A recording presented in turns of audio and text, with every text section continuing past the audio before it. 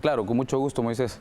De hecho, yo viajé a la ciudad de Asunción, estuve el día martes en la Asamblea General de Accionistas del CAF, antes se llamaba Caja Andina de Fomento. A partir de unos años hacia acá se cambió su nombre y se empezó a llamar Banco de Desarrollo de América Latina, que digamos porque se amplió. Inicialmente este banco fue fundado por los países de la región andina, por eso y de la Comunidad Andina de Naciones nace este brazo financiero de la Comunidad Andina de Naciones y le ponen como nombre Caja Andina de Fomento o CAF. Luego la misma Comunidad Andina de Naciones empieza a ampliarse, ¿no? Y CAF también empieza a ampliarse a nivel latinoamericano, de tal suerte que países como México, Costa Rica, Panamá y ahora El Salvador, ¿no? Son miembros del banco como tal. Entonces por eso le cambian el nombre, porque se empiezan a ampliar hacia otros territorios de toda América Latina. Es un banco con un capital sumamente grande, muy parecido ya a estas alturas, va a llegar casi al mismo nivel de capital que tiene el Banco Interamericano de Desarrollo. Es una banca multilateral que ofrece operaciones a los países a condiciones sumamente buenas, ¿no? Entonces, dentro de nuestra estrategia de estabilización de las finanzas públicas está la diversificación de fuentes de financiamiento. Evidentemente es mucho más fácil hacer operaciones con una banca multilateral que con el mercado internacional de bonos, por ejemplo, o el mercado interno de bonos, que es siempre pues mucho más caro, o tomar un crédito directo con un banco privado, entiéndase cualquier banco de inversión del mundo. Entonces, tener un cuarto componente multilateral en el país le asegura a nuestra población que las políticas públicas que han iniciado con el presidente Bukele se mantengan durante el tiempo. Entonces, somos el miembro número 20 del banco, somos el primer miembro en llegar a ser miembro pleno de manera directa. Iniciamos el proceso el 7 de diciembre, ingeniero, y hemos completado por completo el proceso en un periodo menor, digamos, casi que menor a 4 meses. Porque justo la asamblea fue el 8 y nosotros habíamos estado en directorio de CAF solicitando en Cartagena de Indias, Colombia, solicitando la incorporación el 7 de diciembre, exactamente 3 meses, 4 meses, perdón. Entonces, esto es importante para nosotros porque ayuda a que El Salvador pueda suavizar muchas de las presiones que ha tenido en las finanzas públicas. Y no se trata, Moisés, esto para aclaración, y no se trata de sustituir a ningún socio tradicional de El Salvador. Yo he escuchado a algunos que dicen, es que el ministro está negociando con CAF porque va a hacerse hacia un lado con el Fondo Monetario Internacional. Eso es totalmente falso. Nosotros mantenemos nuestras conversaciones con el Fondo Monetario Internacional, mantenemos nuestras relaciones con el BID, mantenemos nuestras relaciones con el Banco Mundial y evidentemente también mantenemos nuestras relaciones con el Banco Centroamericano de Integración Económica, digamos que son los organismos que forman el pool más fuerte o más importante para la matriz fiscal de El Salvador. Entonces, se trata de ver también hacia otras estrategias que en el pasado nunca se tomaron en cuenta. CAF invitó a ser parte de ellos a El Salvador desde el año 2005, si no mal recuerdo. Y ningún gobierno, por alguna extraña razón, tomó la decisión de incorporarse. Yo creo que era más por miopía que por otra cosa. Y nosotros, si queremos darle una verdadera sostenibilidad a las finanzas públicas, hay que, tal vez no es donde se encuentren, hay que ser muy cuidadosos porque yo siempre lo digo, nosotros estamos ubicados en el hemisferio occidental, nuestros socios tradicionales están ubicados en el hemisferio occidental y nuestras operaciones deberían de ser preponderantemente con estos socios y en condiciones que beneficien a nuestro país, porque no siempre tener una operación con un organismo multilateral no siempre significa que esa es la mejor opción para tomar. Hay que diversificar un poco, hay que evaluar bastante las condiciones y tomar la mejor decisión para las finanzas públicas del Estado. El hecho de que ingrese El Salvador como miembro pleno significa que debo entender de que se tiene que pagar como fee de entrada, una aportación para tener acceso directo a los fondos que se pueden necesitar inmediatamente. ¿Es así? Sí, justamente tú puedes suscribir acciones Serie C, puedes suscribir acciones Serie B, ¿no? Y hay una acción, digamos, acción de oro que le llaman en algunos multilaterales, o acción especial en otros, que siempre se hace comprar para formar parte. Tú puedes pagar el capital que quieras, Moisés, pero evidentemente ese será, digamos, el nivel de influencia que tendrás dentro del banco. Entonces, muchos socios se toman un periodo pues bastante largo, 20 años, para incorporarse como miembro pleno.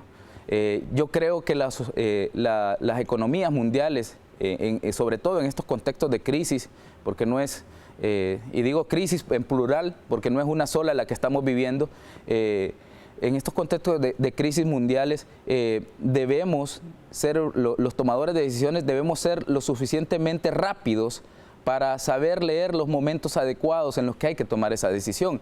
Entonces, otros países se han tomado ese tiempo pues porque sus gobiernos se mueven mucho más lentos. Dominicana se incorporó la misma fecha que nosotros como miembro pleno, pero su proceso había iniciado, si no mal recuerdo, 10 o 12 años atrás.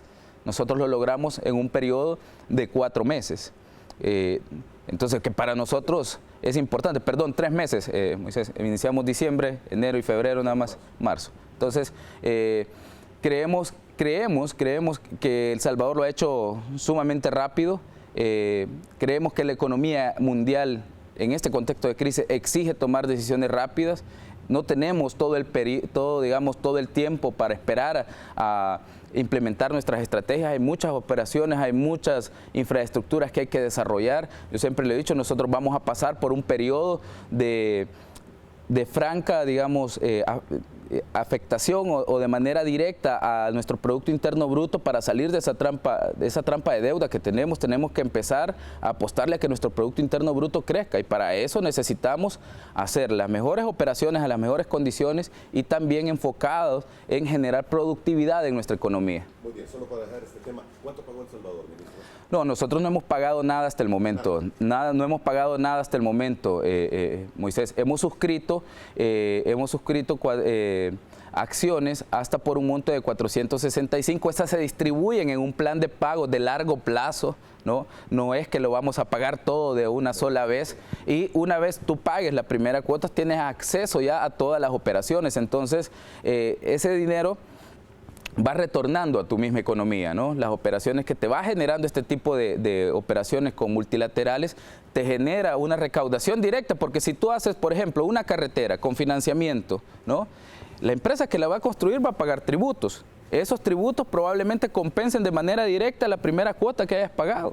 Entonces, dependiendo del monto. Entonces, la economía es un círculo y tú debes de saber cuándo poner a rodarla, pero si tu inversión pública no empieza a generar un impacto directo en tu recaudación y en tu Producto Interno Bruto, como pasó en el pasado, entonces ese tipo de operaciones no son rentables. Pero en este caso, ¿quién puede decirnos que no es rentable Camino a Sor City, por ejemplo? Y Camino a Sor City se hizo con operaciones de multilaterales, con el BESI estaba incluido, y otros organismos. Entiendo que el gobierno mexicano también estaba incluido en un crédito concesional en su momento. Pero ¿qué es lo que pasó cuando, por ejemplo, gobernaba el FMLN? Se robaron el anticipo. Tú recuerdas que hay un ingeniero preso que era el ingeniero residente y no tenía título. Se habían robado el anticipo, tenían personas trabajando que no estaban capacitadas para ello, y la obra estaba estancada. Entonces, ¿de qué sirve tomar una operación para que se estanque? No iba a impactar, como te dije, estos dos componentes, recaudación e incremento del PIB, que es lo que se buscan con esto. Pero pensar que una empresa, cuando está quebrada, no va a ir a buscar una operación con un banco, es lo mismo que pensar que nosotros no vamos a ir a buscar una relación con los organismos multilaterales para hacer crecer nuestra inversión pública y por ende hacer crecer nuestra recaudación y nuestro Producto Interno Bruto a la vez. también de saldar deudas históricas, Moisés, porque en este país básicamente nos va a tocar y nos está tocando reconstruir casi que todo desde cero. Nuestras carreteras estaban abandonadas, nuestra red de hospitales estaban abandonadas y también nuestras escuelas. Eso es lo que estamos haciendo, estamos interviniendo con la ayuda de nuestros buenos amigos de la comunidad internacional. Muy bien, abordado este tema, pasemos al tema de la cadena nacional de radio y televisión. 11 medidas que fueron dadas a conocer ayer por el presidente de la República, 11 medidas en las que la primera pregunta que podría surgir de cualquiera es: ¿existe la capacidad financiera para dar soporte a todas estas medidas? Algunas de ellas son temporales, algunas son más largas en el tiempo, ministro. ¿Existe la capacidad? Vea, Moisés, la capacidad existe totalmente. Hemos revisado todas las medidas que anunció el presidente. Yo leí a algunos analistas adversos al gobierno, de esos que siempre salen, de los cuales su estándar es sumamente alto. Siempre encuentran algo que criticar a lo dicho por el presidente o a lo que comenzamos como gobierno. Y leía que algunos decían, miren, pero no anunciaron cuánto va a costar esa parte. Claro que el presidente lo anunció. Claro que el presidente fue diciendo uno a uno cuánto nos iba a costar. Después de eso, el presidente en la misma cadena me dice: ministro, encárguese. Y me dice: no toque la inversión pública, porque no podemos sacrificar el esfuerzo que hemos hecho para hacer crecer nuestro PIB del año pasado y durante el primer trimestre de la economía del año 2022. No lo podemos sacrificar para salvar, digamos, la crisis en este momento. Me dice: apriete por el lado del gasto ordinario o del gasto corriente. Reduzca por ese lado, que es de donde debemos apretar un poco.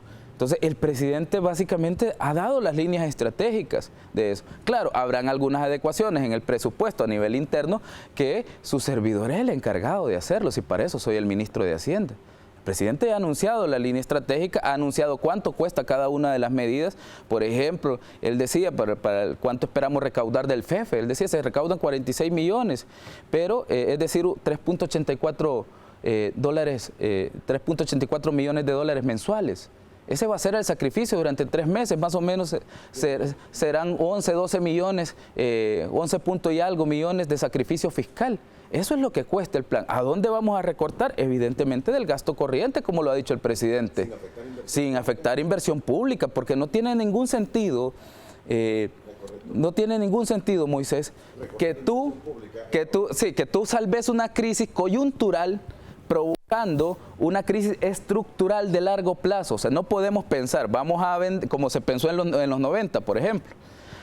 ¿Qué pasó en el año 1992? El Salvador tiene una economía destruida por la guerra y deprimida, digamos, en materia de inversión extranjera y en materia de inversión pública. ¿Cuál fue el salvataje que encontró el gobierno en ese momento? Privatizar Antel, privatizar las energéticas, las distribuidoras de energía eléctrica. Se vino una ola de privatizaciones y se entregaron los activos estratégicos del Estado a cambio de salvar una situación coyuntural o una situación del momento. Entonces, es lo contrario lo que debe de hacer un buen planificador fiscal: provocar a partir de las coyunturas ventajas comparativas en el largo plazo, que es lo que nosotros hicimos, por ejemplo, en la pandemia. De todos los financiamientos que tomamos, que fueron muy criticados durante la pandemia, empezamos a reconstruir nuestros hospitales. Construimos el Hospital de Salvador, construimos el centro de vacunación. Nadie puede decir que tomamos una decisión equivocada en ese momento. ¿Qué es lo que va a pasar ahora? A partir de ese momento o de esa crisis momentánea, tomamos ventajas comparativas en el largo plazo, porque vamos a tener un hospital que no lo tiene ningún otro país de Centroamérica. Lo mismo vamos a hacer durante estemos enfrente de esta crisis mundial. Y hay que aclarar, Moisés, tal vez para la población, porque esto es importante para aquellos que tal vez se desconectaron anoche de la cadena porque estaban cansados, porque algunos debían también trabajar hoy por la mañana, pero es importante destacar la explicación que el presidente hace sobre las verdaderas causas de esta crisis inflacionaria a nivel global. no somos el único país que está en una crisis. Pasábamos videos durante la cadena, se pasaron videos de lo que ha estado sucediendo en Estados Unidos, porque los anaqueles en los supermercados de Estados Unidos no han estado vacíos a partir de este mes, están vacíos a partir de octubre, noviembre del año pasado, si tú lo recuerdas, y los amigos que tal vez nos sintonizan y que viven en Estados Unidos sabrán que allá por la temporada navideña hubo escasez de algunos productos. Alemania, otros países súper desarrollados también están pasando por esta misma crisis que se agravó después con la crisis de los contenedores, que fue la primera de las crisis es la pandemia, ¿no? Pandemia, crisis de contenedores que afecta a cadena de suministros completa, y después de eso para reducir también los efectos de estas dos crisis, hay una crisis de emisión de moneda, porque algunos gobiernos que tienen la capacidad de emisión de moneda financiaron desde ahí su plan fiscal. El Salvador no tiene esa capacidad de emisión. Entonces a nosotros nos toca sufrir el efecto de las economías fuertes, ¿no? Por la emisión de moneda para financiar sus planes fiscales. Y una tercera, que es la crisis, ¿no?, de Rusia-Ucrania, que es la más reciente, pero que viene básicamente a poner la cereza al pastel para provocar una crisis de proporciones que no veíamos hace muchísimo tiempo.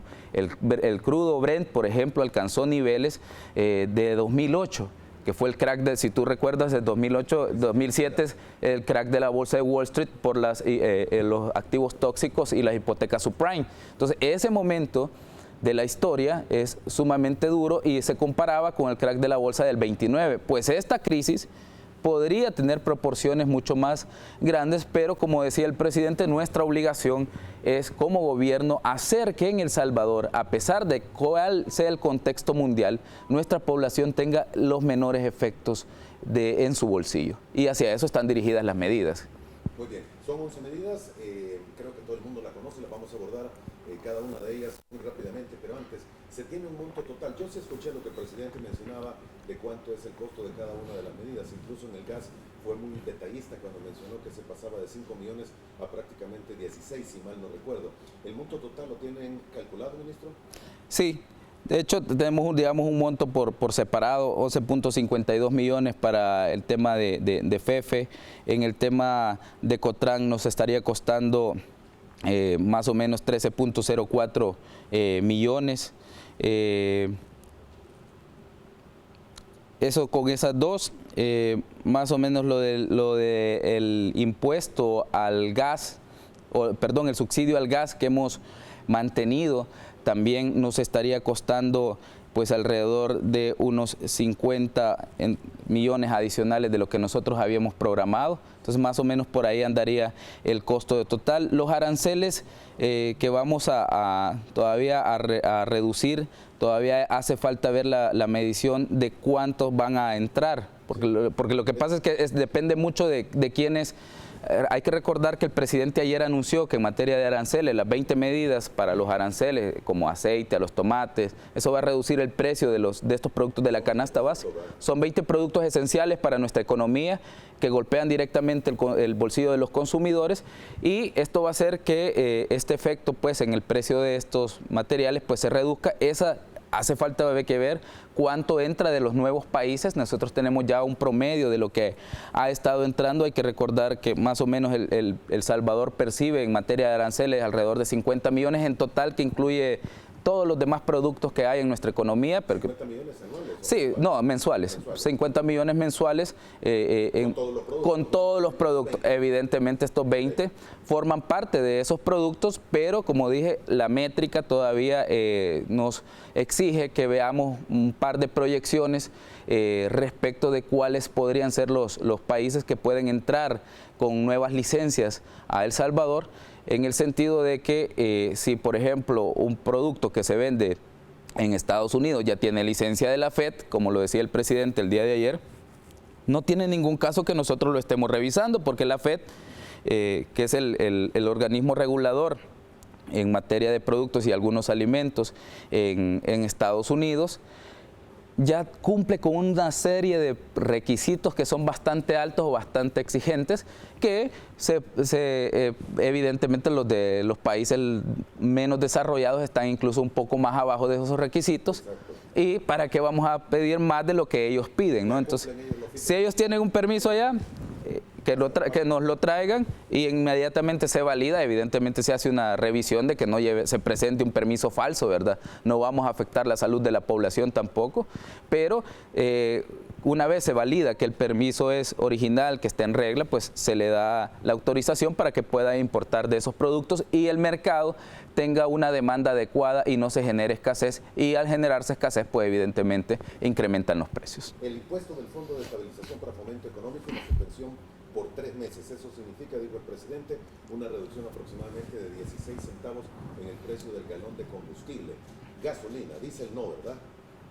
Se les cobra a todos, se les cobra a todos los combustibles como tal. ¿El diésel tiene también? Sí. Ok.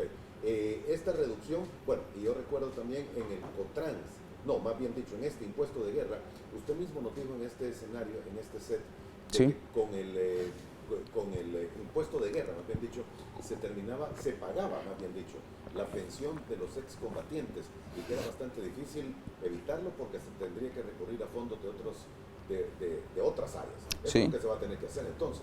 Justamente, en estos 3 meses. Justamente el presidente de la República lo explicaba el día de ayer, y lo explicaba de una manera bastante amplia. Decía, cuando nosotros llegamos al gobierno, los 77,000 excombatientes que encontramos inscritos en los listados recibían una pensión de $50 más alrededor de un monto de entre 2 y 3 millones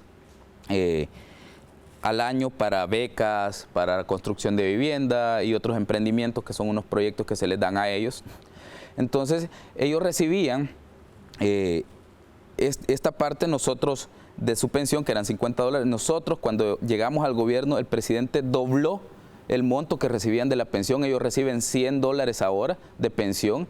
Aunque lo decía el presidente, aunque no peleamos esa guerra nosotros no los mandamos a matarse entre ellos, no habíamos incluso algunos de nosotros nacido o estábamos recién nacidos durante ese periodo, pero es nuestra responsabilidad, creo que, reivindicar esta necesidad histórica de los señores veteranos y excombatientes, y doblamos el monto. Además de eso, incluimos casi 20,000 personas más, que ellos decían que no habían sido reconocidos en los registros. Después de 28 años, extrañamente no habían reconocido en los registros, pero nosotros los incluimos. 22,000. Alrededor de 22,000, porque teníamos 77,000 y ahora tenemos cerca de 99,000, son cerca de 22,000. Dije 20,000 por decir una cifra redonda, pero son, como tú bien lo dices, cerca de 22,000 adicionales. Y se les dobló el monto de la pensión a $100, se les incrementó también el monto que se asigna a becas y a proyectos de emprendimiento, y eso es lo que actualmente se paga, son alrededor de 114 millones, como le decía el presidente. Nosotros ya tenemos que tomar fondos de otros lados, no es que la partida del FEFE pueda pagar por completo la partida que está asignada al Instituto de Veteranos, y lo que vamos a hacer ahora es buscar, como te dije, de los recursos para poder cubrir esa parte.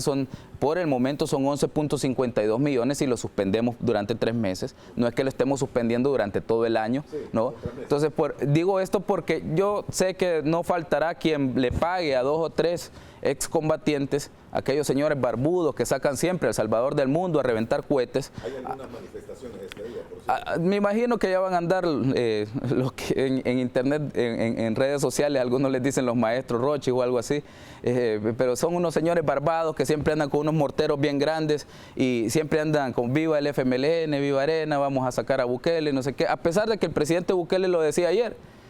Nosotros incrementamos su pensión, le reconocimos a los excombatientes que no les habían reconocido a sus comandantes durante todo este tiempo.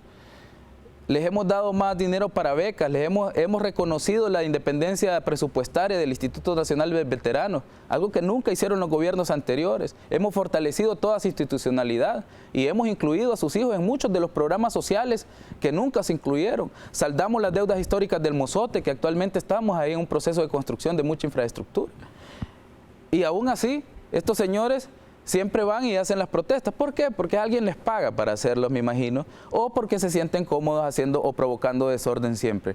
En su momento yo he dicho que no íbamos a hacerlo en su momento para recortar el precio, el impuesto o el FEFE no lo íbamos a recortar en su momento a los combustibles, porque no era el momento de tomar la decisión. Ahora, el precio ha seguido incrementando. Cuando a mí el presidente Bukele me llama y me dice, ministro, hay que empezar a ver qué hacemos con este plan, allá por septiembre del año pasado, cuando establecimos el primer fondo de estabilización a los precios del gas licuado del petróleo, que fueron el 20 de septiembre, si no mal recuerdo, presentamos la iniciativa con la ministra de Economía, un subsidio, inicialmente fondeamos con 20 millones solo para el presupuesto del año pasado, y para este ya lo metimos en el presupuesto.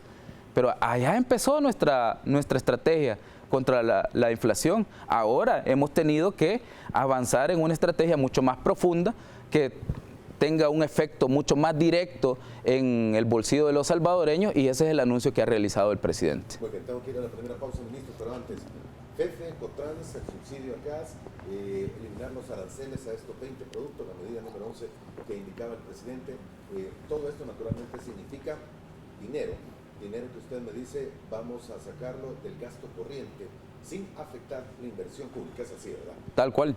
Ok.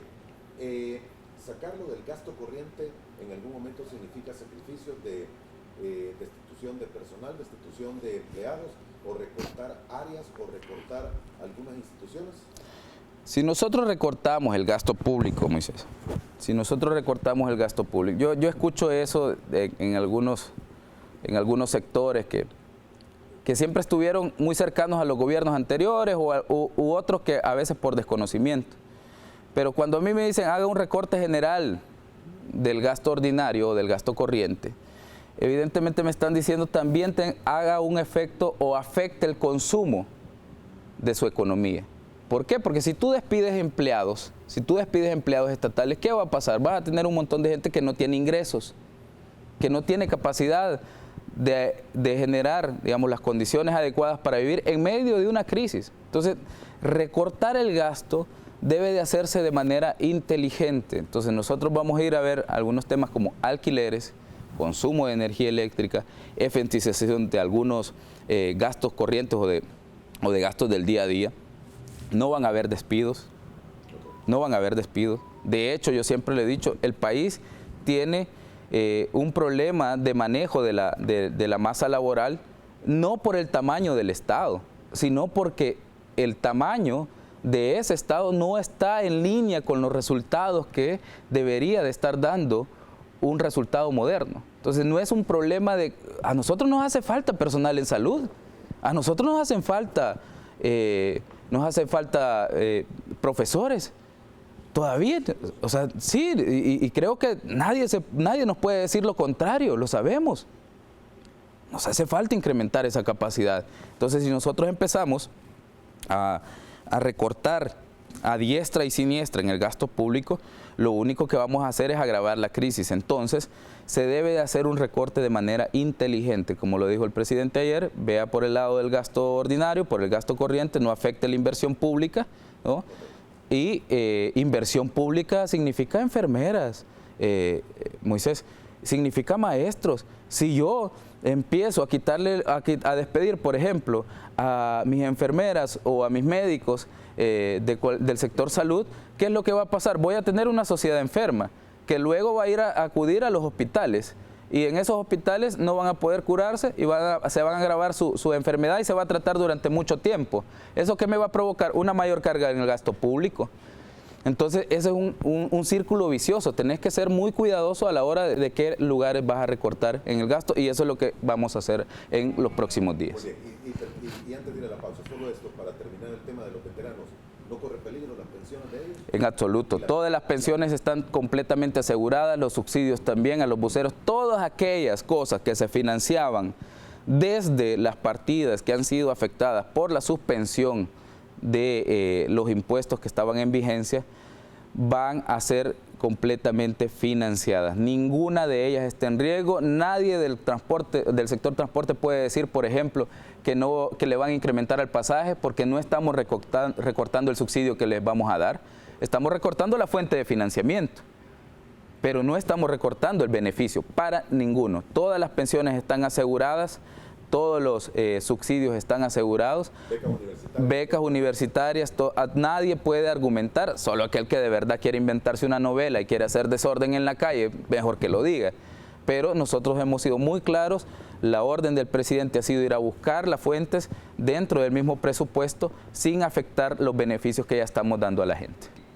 Creo que aquí es importante mencionar, digamos, la parte de los impuestos han sido como las medidas duras que el presidente anunció, pero y también lo de los aranceles, pero luego él hace otros anuncios o otras medidas que están siempre dentro de las 11, que luego no las abordamos porque tal vez no las hemos abordado en orden de los anuncios, Moisés, sino que hemos ido como lo más importante, que son los impuestos, ¿no? Pero luego en la medida 6, el presidente anuncia la absorción del subsidio general y dice en esa misma medida 6, dice, pero hay que vigilarlo, hay que vigilarlo. Entonces pasa a la medida 7, que es el incremento de los inspectores a las distribuidoras de gas propano, ¿no? Al igual que inspectores de la dirección, esa es la Dirección de Minas e Hidrocarburos, al igual que inspectores de la Defensoría del Consumidor, que ayudarán con el gas propano. Aumenta también el número de inspectores para el Viceministerio de Transporte y PNC, que están ahora haciendo operativos. A las 5:30 ya estaban haciendo el operativo de verificación de que no existan abusos en el sector transporte con el tema del pasaje.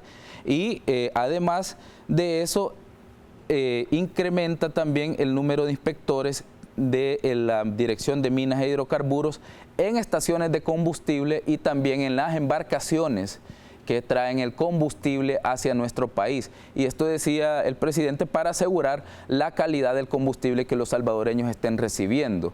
¿Por qué? Porque en muchos de los casos a veces se juega, digamos, perversamente con el tema del octanaje, ¿no? Y se vende gasolina de un menor octanaje como que fuera a un precio mayor, como que fuera de la otra, ¿no? Consciente que el carro no anda como siempre. Cuando tú ves que tu motor empieza a temblar, es porque se ha consumido gasolina adulterada, ¿no?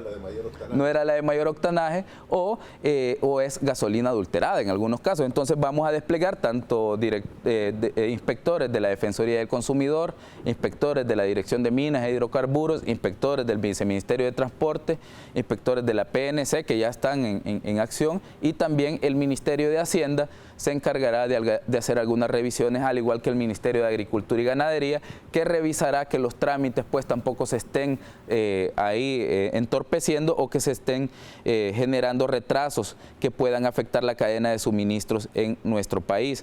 Además de eso, otra de las medidas que el presidente anunció, y es importante que la población lo tenga en cuenta, es que CEL va a aumentar su producción, la producción de energía hidroeléctrica, geotérmica, que no tiene ninguna relación con el precio internacional de los combustibles como gas o petróleo, ¿no? Para tratar de reducir la utilización de búnker. La idea es tratar de reducir la utilización de búnker y otro tipo de gas, por ejemplo, otro tipo de generación eléctrica que pudiera incrementar la matriz de precios. El presidente de CEL también le informaba que iban a estabilizar la tarifa de tal suerte que la producción que ellos tengan sea un poco más alta, y aunque toque absorber el posible incremento que tuvieran las generadores privados. Nosotros tenemos generadores públicos y privados, en el caso de CEL, ¿verdad?, que está la GEO, INE y otras instituciones que se encargan de la generación eléctrica. Entonces, para absorber el incremento de los privados, entonces CEL va a incrementar su producción y va a absorber eso de tal suerte que la matriz quede sin afectaciones en el bolsillo de los salvadoreños. Hay muchos proyectos que todavía tenemos que desarrollar en materia de transformación energética, estamos trabajando en ellos, pero para paliar la crisis y que el recibo de luz que reciben todos los salvadoreños en su casa se mantenga hasta el momento en cómo está, o que no tenga incrementos, ¿verdad?, para los próximos meses, CEL va a tomar esta estrategia en sus manos. Me sorprendió lo que mencionaba el presidente de que hay algunas medidas que se toman y que es delito, pues, el ponerle pesas a los tambos de gas para que, por si acaso se miden, que pesen lo que deben de medir, aunque la cantidad de gas que lleven. ¿Se va a controlar eso también y digo que se va a vigilar? De hecho, se va a controlar, se va a vigilar y se va a enviar a, esta es otra de las que no hemos hablado de las medidas, se va a enviar a la Asamblea Legislativa, esta es la medida número 4, para aquellos que están viendo la gráfica o que quieren ir a ver la gráfica que presentó ayer el presidente Bukele. La medida 4 es el envío hacia la Asamblea Legislativa para una ley de sanciones por abusos en el comercio de productos derivados de hidrocarburos. Esto entiéndase combustible, entiéndase gas y básicamente esta ley de sanciones por abusos en el comercio de hidrocarburos, que el presidente también pidió ayer que se ampliara un poquito más para otros productos más sensibles, va a generar o le dará mayores herramientas al Ministerio de Hacienda, a la Defensoría del Consumidor y a la Dirección de Hidrocarburos, de tal suerte que tengamos, digamos, los dientes necesarios en este cuerpo legal para que ninguna persona pueda cometer un abuso, sobre todo en un contexto de crisis. Y hablaba el presidente y ponía el ejemplo del acaparamiento. Es un delito que está penado por ley, no solo en nuestro país, sino en cualquier economía desarrollada del mundo. No es posible que mientras muchos pasamos muchas complicaciones en nuestros bolsillos, uno o dos estén generando pues ganancias excesivas de esa situación. No decimos que no habrá que ganar, el sector privado persigue lucro como tal, pero ese margen de ganancias debe de ser el adecuado para el mercado sin afectar el bolsillo del consumidor y al final que son los clientes que prefieren pues a estos productores o a estos comerciantes quienes merecen ese respeto hacia su bolsillo. Muy bien, nos dice Joaquín Calderón, pregunta al ministro si es favorable una medida de control de precios como se impuso en los años 70 cuando se dio la crisis de petróleo. Yo creo que, como bien lo decía el presidente ayer, nosotros no somos fanáticos del control de precios. Está en contra del control de precios, al igual que yo, porque tenemos muy claro que el control de precios genera escasez. Son medidas que, si bien es cierto, en algunos países, en alguna época habrán dado resultados, como bien lo decía él, es en los 70 donde se tomó ese tipo de medida. Y otros países lo han tomado durante los 90, depende del contexto de crisis. Normalmente eso es cuando tenés una economía de guerra, ¿no? Entonces aplicas un poco de control de precios, pero nosotros no somos creyentes en esto porque genera escasez. ¿Qué es lo que hay que hacer? Verificar, hay que inspeccionar, pero llegar al nivel de controlar los precios, creo que es una medida que en vez de ayudar, pues perjudica, porque va a generar una contracción en la oferta que puede afectar directamente los precios de manera inmediata. Ok, ministro, también hay más preguntas, están relacionadas con lo que se mencionó ayer, pero también con el momento que vive el país. Marla nos dice, ¿qué opina que el ENVI de El Salvador es el segundo más alto de América Latina y que el riesgo de deuda de El Salvador ha llegado a niveles históricos?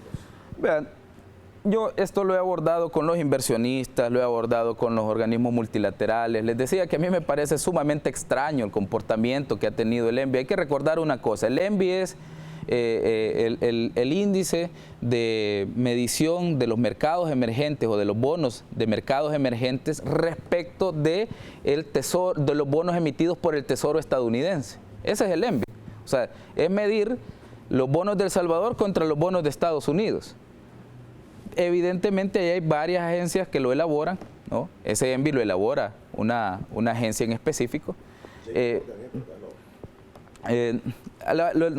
No quisiera dar el nombre porque es, digamos, una agencia de calificación. Yo trato de siempre guardar la cordialidad con cualquiera que opine sobre nuestro país, pero evidentemente hay, digamos, una visión bastante obtusa sobre la situación en El Salvador, y yo se los decía ayer, me reuní con los inversionistas, una misión de inversionistas al mediodía, el presidente se reunió con ellos mismos a la noche después de la cadena nacional. Sí, anoche mismo, yo me reuní al mediodía junto a la ministra de Economía y el presidente Bukele se reunió con este mismo grupo de inversionistas a la noche para conocer la visión estratégica. Sácame una duda, y antes de que ¿Sí? me diga algo más, ¿esta reunión fue posterior a la cadena que se tuvo? Sí, señor, fue posterior. El presidente ha terminado esa reunión entre la 1:30 y 2 a.m. Sí, a las 5 a.m. ahora estábamos ya conversando y estaba revisando, de hecho estaba publicando, tuiteó a las como 5 y algo, y habíamos estado como a las 5 a las 5 todavía escribiéndonos, revisando de cómo van, verificando y monitoreando si ya están los inspectores del BMT. O sea, es parte de nuestro trabajo, Moisés. Cuando nosotros decimos 24/7 no es algo de mentira, o sea, realmente nos toca trabajar 24/7. Entonces, el ENVI, les decía yo a ellos, tiene un comportamiento extraño en el caso de El Salvador, me parece sumamente raro, le decía, porque fíjense que Costa Rica debe 26.000 millones, ¿no? 3.000 millones más que nosotros, y su índice respecto a PIB de deuda es de 82.5, en el caso de El Salvador es de 83.1 en este momento, 83.1, no es más que eso. Antes estaba más alto, pero hicimos crecer nuestro PIB y el porcentaje bajó, que es lo que siempre te he dicho que es nuestra estrategia. Ellos deben 26.000 millones, nosotros 23.000. Ellos deben el 82.5 de su PIB y nosotros un 83.1.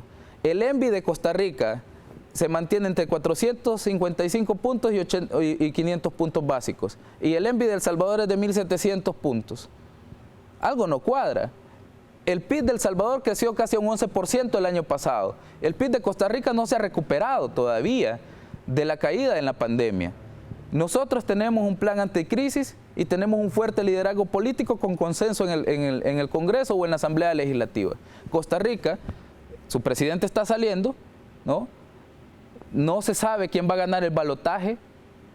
Parece que lo va a ganar digamos, el outsider, ¿no? El outsider. Y no tiene consenso en el Congreso. No van a poder aprobar incluso el mismo acuerdo que han anunciado porque no ha habido voluntad política ya. Sí. Entonces, si tú lo mides, si tú lo mides con condiciones bien reales, y por eso les decía ayer a los inversionistas, es importante que ustedes vengan acá, que vayan a Sur City, que conozcan cómo se está desarrollando la zona rosa, por ejemplo, Moisés. ¿Tú recuerdas cómo estaba la zona rosa hace unos años? Habían balaceras todos los días casi, y nadie quería ir. Ahora, si tú pasas por ahí, y digo por decir algo, veamos con Sur City 2 en el oriente del país, ya dentro de poco. Entonces, es importante, les decía, que ustedes vengan y que vean el desarrollo que estamos teniendo y que vean que no corresponde a veces las opiniones que emiten algunas personas a la realidad salvadoreña. Y eso es parte del ENVI. No es para nadie ninguna duda que la prensa internacional ha, digamos, tergiversado en muchas ocasiones las noticias sobre El Salvador. Y yo lo decía, me comentaba un amigo de los bancos de inversión, mis colegas analistas ven una noticia de El Salvador, y me lo decía, te lo digo en confidencialidad, me dice, porque me puedo meter en lío si decís mi nombre, pero me decía, una vez llegó una noticia sobre El Salvador y empezaron a mandar un correo, me dice, los analistas de mercado diciendo vendan, vendan, y la noticia era que el PIB iba a crecer 10.3, algo histórico. Entonces era una noticia positiva, pero los analistas empezaron a decir vendan los bonos. ¿Por qué, Moisés? En los contextos de crisis siempre hay alguien que gana y alguien que pierde. Y en el mercado secundario de valores, alguien ha ganado mucho dinero y alguien ha perdido mucho dinero. Aquellos que no se han tomado el tiempo para verificar las condiciones reales en las que avanza la economía de El Salvador y las finanzas públicas salvadoreñas, creo que han tomado decisiones equivocadas, pero no es mi riesgo, no es mi plata, es de ellos. Si ellos quieren vender los bonos en algún momento, pues lo hacen y ya. Pero algunos los han vendido a muy malos precios por esas malas noticias y esa tergiversación del ENVI en la visión de la evaluación que hacen sobre las políticas públicas de El Salvador. Muy bien. El tiempo se me está terminando. Tengo que leerle una pregunta más y esto tiene que ver prácticamente con toda la población. Está Oliver Castro que nos está diciendo, ingeniero, buenos días. ¿Puede preguntarle a su invitado acerca de la reforma de pensiones que mencionó el presidente ayer por la noche? Sé que el presidente dijo la próxima semana va, y me imagino que ahorita no se puede adelantar mucha información, pero algunos trazos han de ver. Bueno, Moisés, nosotros hemos estado trabajando en conjunto con todo el equipo del presidente, en conjunto con varios sectores de la población, el sector, digamos, privado. Hemos hablado también con los empleados. El presidente se reunió con el sector trabajador en Casa Presidencial en diciembre, si tú recuerdas. Ellos aportaron un par de insumos más a la propuesta que nosotros estábamos elaborando. El presidente ha sido muy claro, vamos a hacer una reforma que sea fiscalmente responsable, que evidentemente mejore las condiciones en las que de las pensiones. No podemos continuar con las pensiones que tenemos. Eso es lo que provoca, como te decía, pensionados paria. O sea, el sistema hace que algunos pensionados no aporten al sistema, ¿no? Pero no es porque ellos no quieran, es porque la gente no se... O sea, imagínate, alguien que tiene 70 años y sigue trabajando, no se va a su casa porque la pensión no le alcanza. Y él le provoca una distorsión al sistema, porque el puesto de trabajo que él está ocupando lo podría estar ocupando una persona que contribuye al sistema, es decir, que pague su cotización. Por eso es que decía que el término, digamos, que se usa en finanzas, aunque está mal usado, es, digamos, pensionados paria para el sistema, porque solo extraen recursos, pero esos recursos ellos ya los pagaron. ¿Cuál es el problema? Ellos pagaron allá hace años y ahora este sistema no les devuelve lo que ellos pagaron realmente. Entonces, al no devolverle lo que ellos pagaron, ¿no? Ellos tienen, digamos, la necesidad de continuar trabajando. No es porque quieran, nuestros jubilados no están en el sistema laboral formal, ya sea en el sector público o privado, porque ellos deseen. Es que no se pueden ir a casa con eso. No cumplen las condiciones para tener una vida digna, o por lo menos las condiciones mínimas de una vida digna. Entonces, hay que incrementar esa pensión para que mucha de esta gente tenga un incentivo para poderse retirar. Vas a renovar tu la masa laboral con nuevos contribuyentes al sistema. La gente se puede ir a su casa teniendo un nivel de consumo adecuado. Y se puede asegurar a futuro. Correcto. Entonces, te puedes asegurar... Es un trabajo a largo tiempo.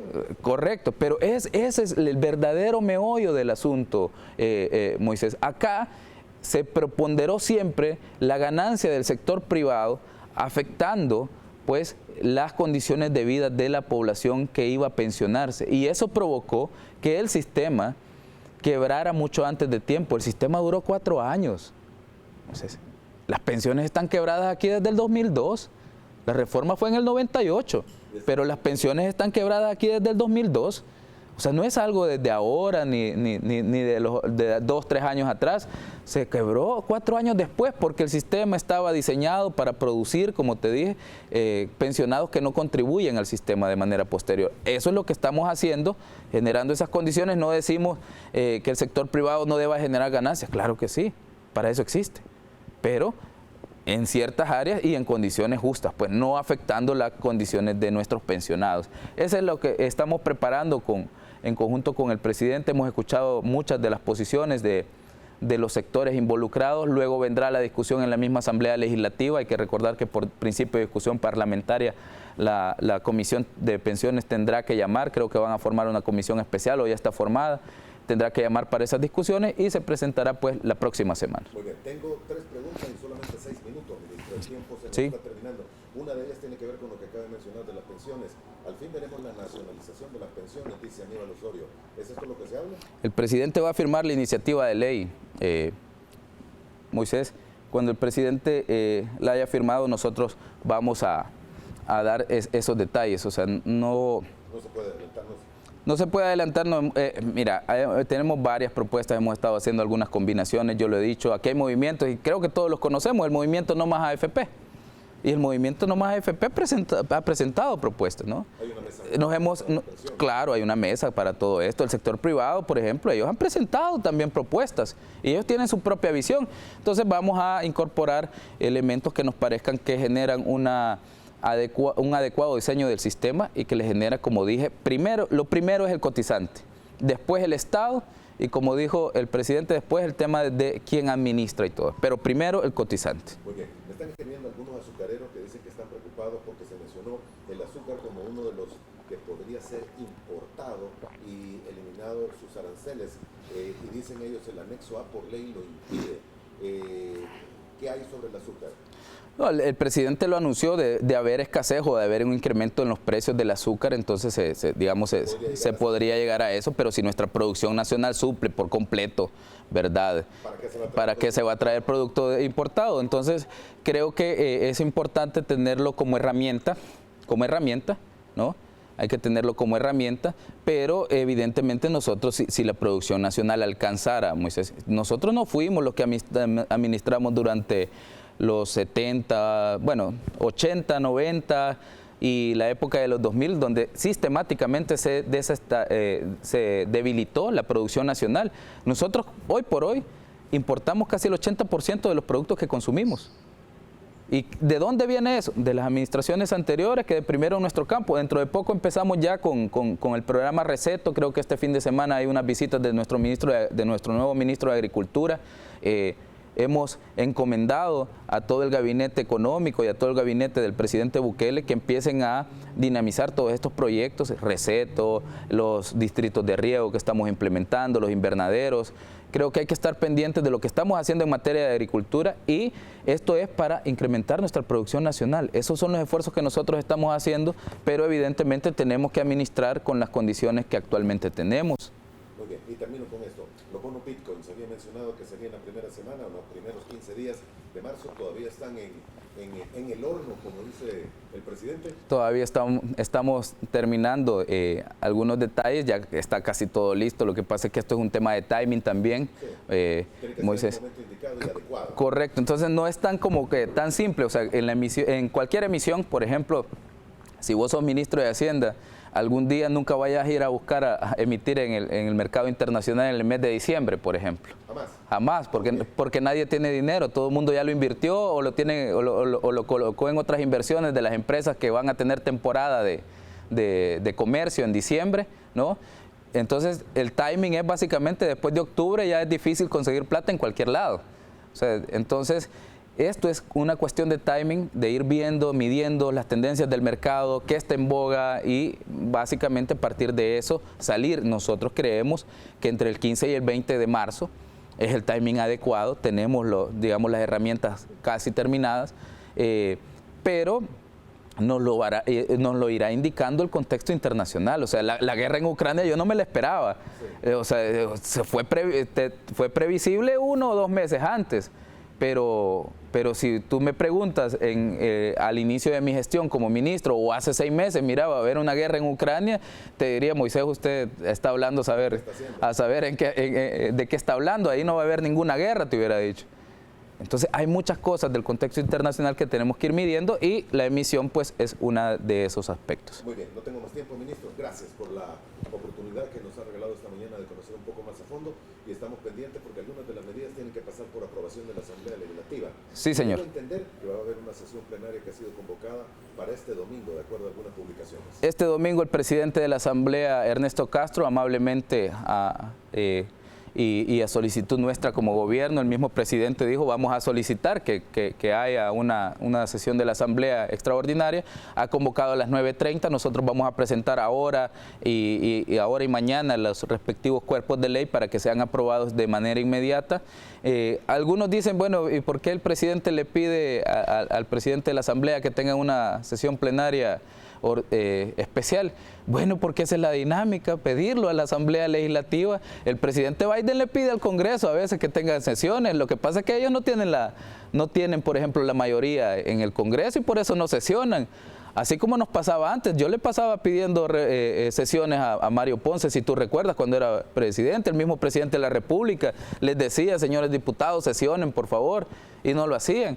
Entonces, ahora que tenemos una asamblea que realmente entiende las necesidades de la población y el contexto en el que estamos, pues eso facilita mucho para la toma de decisiones y para realmente darle soluciones a nuestra población. Gracias, ministro, por haber estado con nosotros. Buena noticia para concluir, el barril del Mar del Norte 108 y el crudo del oeste de Texas a 105. Por lo menos ya no están en ese pico que tuvo de 130, 140 esta semana. Sí, ya los saudíes ya retiraron algunas. Sí, y hay un poco más de producción de allá de Emiratos Árabes. Sí, pero no creo que, bueno, no han tomado la llamada del presidente Biden para ver si producen más. Hace falta que ver cuáles son los próximos pasos en el mercado internacional del crudo y bueno, a estar pendientes, ¿no? Pero muchas gracias, Moisés, por la invitación y muchas gracias también a todos los televidentes que estuvieron pendientes de la entrevista.